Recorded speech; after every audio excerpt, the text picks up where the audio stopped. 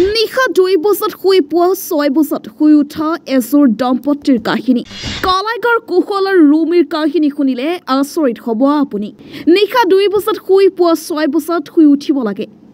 বহুত কষ্ট হয় আমাৰ এইখন দোকানেৰে আমি সাতটাকৈ পৰিয়াল চলি আছো উল্লেখযোগ্য যে কলাইগাঁও চহৰৰ পৰা প্ৰায় 5 কিলোমিটাৰ নিলগৰ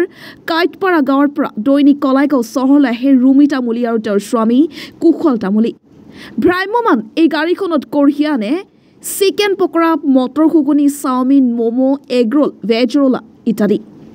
সন্ধিয়া 6 বজাৰ পৰা নিশা 11 বজালৈ দৈনিক কলাইগাঁও আৰক্ষী থানাৰ সন্মুখত ৰুমি আৰু তেওঁৰ স্বামী কুশল তামুলীয়ে স্থাপন কৰে এই ভ্ৰাম্যমান দোকানখন সম্পূৰ্ণ থলুৱাভাৱে প্ৰস্তুত কৰা কম মছলাযুক্ত আৰু ভেজালবিহীন এই খাদ্য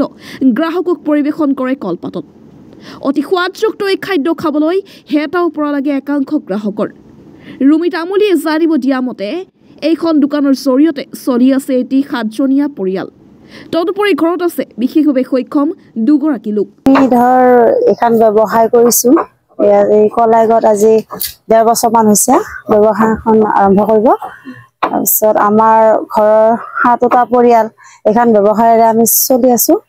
আৰু কেতিয়াবা ধৰ আমাৰ দোকানৰ বিক্ৰী হয় কেতিয়াবা নহয় গতিকে কিবা কৰি চলি আছো আৰু যেটো আমাৰ বাইদেউ গাড়ীখন কিনি দিছে তাৰপিছত তাত আমি মানে কিস্তিখিনি মাৰি আছো কেতিয়া মানে ড্ৰাইভাৰকে ৰাতি কেতিয়া যাব আপোনালোক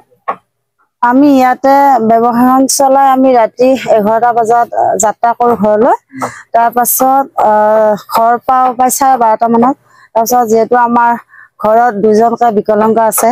আৰু মাইনা আৰু বাবু সৰু আছে গতিকে তেওঁলোককো ইয়াৰ পৰা গৈ ভাত পানী বনাই দিব লাগে আমাৰ খুতে প্ৰায় 2টা বাজে আকৌ পিছদিনা ৰাতিপুৱা আমাৰ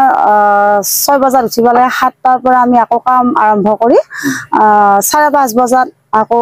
কলাইগাঁও এইখিনি স্থান